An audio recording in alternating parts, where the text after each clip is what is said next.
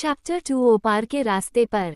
2 सप्ताह बाद John Clayton, Lord ग्रास्टोक, अपनी विशाल अफ्रीकी संपत्ति के निरीक्षण दौरे से लौट रहे थे।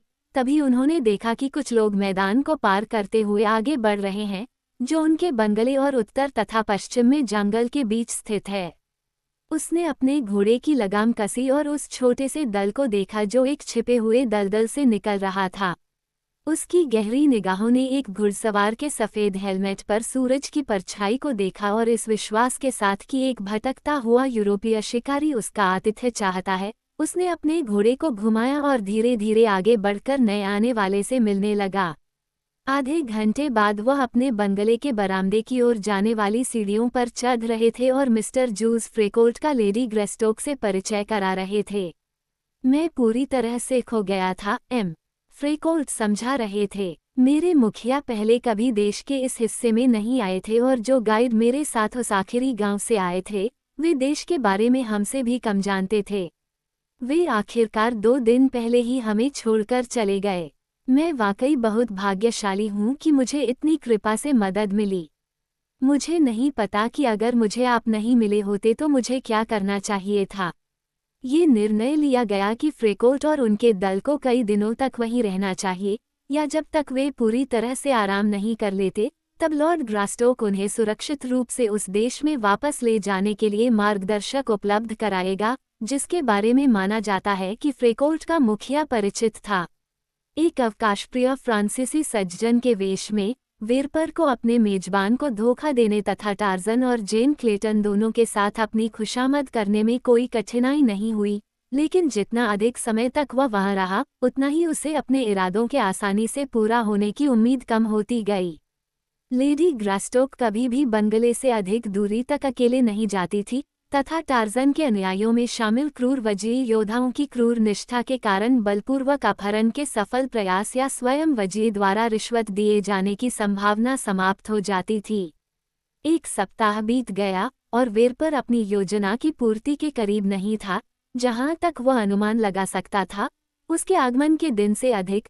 लेकिन उसी क्षण कुछ ऐसा हुआ जिसने उसे नई आशा दी और एक महिला की फिरौती से भी बड़े इनाम पर उसका मन केंद्रित कर दिया। साप्ताहिक डाक लेकर एक धावक बंगले पर पहुंचा था और लॉर्ड ग्रास्टोक ने दोपहर का समय अपने अध्ययन कक्ष में पत्र पढ़ने और उत्तर देने में बिताया था। रात के खाने के समय वह व्याकुल लग रहा था और शाम को जल्दी ही उसने खुद को माफ कर दिया और सो गया। उसके तुरंत बाद लेडी ग्रास्टोक भी उसके पीछे आ गई। बरामदे में बैठे वेरपर को उनकी गंभीर चर्चा की आवाज़ें सुनाई दे रही थीं और उसे एहसास हुआ कि कुछ असामान्य बात होने वाली थी। वह चुपचाप अपनी कुर्सी से उठा और बंगले के चारों ओर उगी झाड़ियों की छाया में चुपचाप उस कमरे की खिड़की के नीचे चला गया जिसमें उसका मेजबान और परिचारिका सोए थे। यहाँ उसने ध्यान से सुना और परिणाम भी मिला, क्योंकि जो पहले शब्द उसने सुने उनसे वह रोमांच से भर गया। लेडी ग्रास्टोक बोल रही थी, तभी वेरपर उसकी आवाज़ के पास आ गया। मुझे हमेशा कंपनी की स्थिरता की चिंता रहती थी, वह कह रही थी, लेकिन यह अविश्वसनीय लगता है कि वे इतनी बड़ी रकम के लिए असफल हो गए जब तक कि कुछ बेईमान हेरफेर न हुआ हो। मुझे तो यही संदेह है, टार्जन ने उत्तर दिया, लेकिन कारण जो भी हो, सच्चाई यही है कि मैंने सब कुछ खो दिया है और अब ओपार लौटकर और अधिक पाने के अलावा कोई विकल्प नहीं है। ओह जॉन, लेडी ग्रास्टोक चिल्लाई और वेरपर उसकी आवाज़ में कँपकँपी महसूस कर सकता था। क्या कोई और रास्ता नहीं है? मैं तुम्हारे उस डरावने शहर में लौटने के बारे में सोच भी नहीं सकता। मैं हमेशा गरीबी में रहना पसंद करूंगा, बजाय इसके कि मैं तुम्हें ओपार के भयानक खतरों का जोखिम उठाने दूं। टार्जन ने हंसते हुए कहा, आपको डरने की ज़रूरत नहीं है। मैं अपना ख्याल रखने में पूरी तरह सक्षम हूँ, और अगर मैं ऐसा न करूं, तो मेरे साथ आने वाला वजीर यह सुनिश्चित करेगा कि मुझे कोई नुकसान न पहुँचे। वे एक बार ओपार से भाग गए थे और तुम्हें तुम्हारे भाग्य पर छोड़ दिया था, उसने उसे याद दिलाया। वे ऐसा दोबारा नहीं करेंगे, उसने जवाब दिया। वे खुद पर बहुत शर्मिंदा थे और जब मैं उनसे मिला तो वे वापस आ रहे थे। लेकिन कोई और रास्ता तो होगा ही, महिला ने जोर देकर कहा।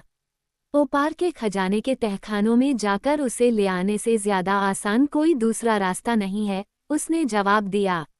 मैं बहुत सावधान रहूंगा, जेन, और संभावना यह है कि ओपार के निवासियों को कभी पता नहीं चलेगा कि मैं फिर से वहां गया हूं और उनसे खजाने का एक और हिस्सा लूट लिया है, जिसके अस्तित्व के बारे में वे उतने ही अनभिज्ञ हैं जितने कि उसके मूल्य के बारे में। उनके स्वर की अंतिमता से लेडी ग्रेस्टोक को यह विश्वास हो गया कि आगे बहस करना व्यर्थ है, और इसलिए उन्होंने विषय छोड़ दिया। वेरपर कुछ देर तक वहीं खड़ा सुनता रहा, फिर उसे विश्वास हो गया कि उसने सारी बातें सुन ली हैं और उसे डर था कि कहीं उसकी बात पकड़ न ली जाए, इसलिए वह बरामदे में लौट आया, जहां उसने सोने से पहले कई सिगरेटें एक के बाद एक फूंकी। अगली सुबह नाश्ते के समय वेरपर ने शीघ्र प्रस्थान करने के अपने इरादे की घोषणा की तथा जाते समय वजीर देश में बड़े शिकार के लिए टार्जन की अनुमति मांगी, जिसे लॉर्ड ग्रास्टोक ने सहर्ष प्रदान कर दिया। बेल्जियम के इस व्यक्ति ने अपनी तैयारियां पूरी करने में 2 दिन लगा दिए, लेकिन आखिरकार वह अपनी सफारी से निकल पड़ा। उसके साथ एक वजीरी गाइड था जिसे लॉर्ड ग्रास्टोक ने उसे उधार दिया था। पार्टी ने एक छोटा सा मार्च किया था जब वेरपर ने बीमारी का बहाना बनाया और पूरी तरह से ठीक होने तक वहीं रहने का इरादा जताया।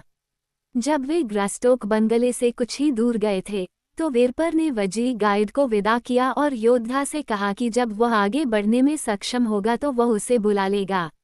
वजीरी के चले जाने के बाद बेल्जियम के व्यक्ति ने अखमेद शेख के एक भरोसेमंद अश्वेत को अपने टेंट में बुलाया और उसे टार्जन के जाने पर नजर रखने के लिए भेजा, और तुरंत वापस आकर वेरपर को घटना और अंग्रेज द्वारा ली गई दिशा के बारे में सूचित किया।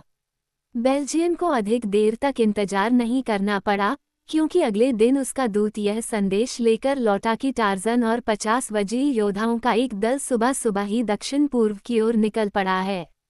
वेरपर ने अखमेद शेख को एक लंबा पत्र लिखकर अपने मुखिया को बुलाया।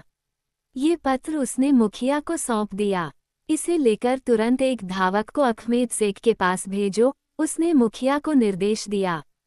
यहाँ शिविर में रहो और उसके या मुझसे आगे के निर्देशों की प्रतीक्षा करो। अगर कोई अंग्रेज के बंगले से आए तो उन्हें बता देना कि मैं अपने तंबू में बहुत बीमार हूँ और किसी को नहीं देख सकता। अब मुझे 6 कुली और 6 अस्कारी दे दो, सफारी में सबसे मजबूत और बहादुर, और मैं अंग्रेज का पीछा करूंगा और पता लगाऊंगा कि उसका सोना कहाँ छिपा है। और ऐसा हुआ कि जब टार्जन कमरबंद तक नंगा होकर और आदिम शैली में अपने प्रिय हथियार लेकर अपने वफादार वजीरी को मृत शहर ओप की ओर ले जा रहा था, तो विद्रोही वेरपर लंबे गर्म दिनों में उसका पीछा करता रहा और रात में उसके पीछे डेरा जमाए रहा। और जब वे आगे बढ़े तो अखमेद शेख अपने पूरे दल के साथ दक्षिण की ओर ग्रास्टोक फार्म की ओर बढ़ गया। वानरों के टार्जन के लिए यह अभियान एक छुट्टी मनाने की तरह था। उसकी सभ्यता सबसे अच्छी थी, लेकिन एक बाहरी आवरण जिसे वह जब भी कोई उचित बहाना मिलता खुशी खुशी अपने असहज यूरोपीय कपड़ों से उतार देता।